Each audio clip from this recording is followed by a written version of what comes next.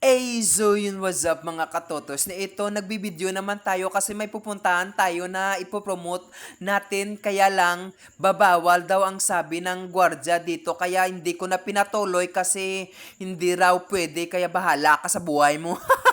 Kaya naisipan na lang namin mag-selfie dito dahil dito na lang kami kakain eh. Yung akala nila na talaga magsiselfie lang kami pero yun pala nakakabibideo naman, napapranko naman na yung mga kasama natin dito. Kaya nga pumasok kami dito dahil dito kami kakain dahil meron naman daw dito na Max and Mex na sinasabi nila. Kaya tara na, kaya susubukan naman natin ito kung ano naman ito yung ma-order natin at saka matitikman natin yung ano naman na nandito na makukuha natin.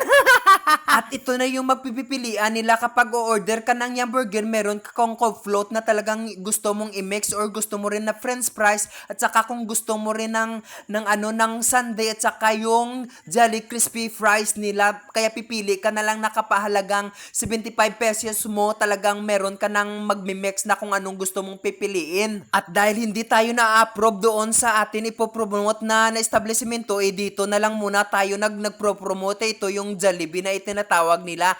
Kaya subukan na natin at tara magkakain na tayo kasi anong oras at anong petsa na, kaya nagugutom na yung mga nandito.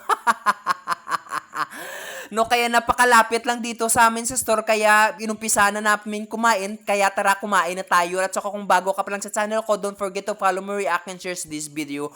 Bye!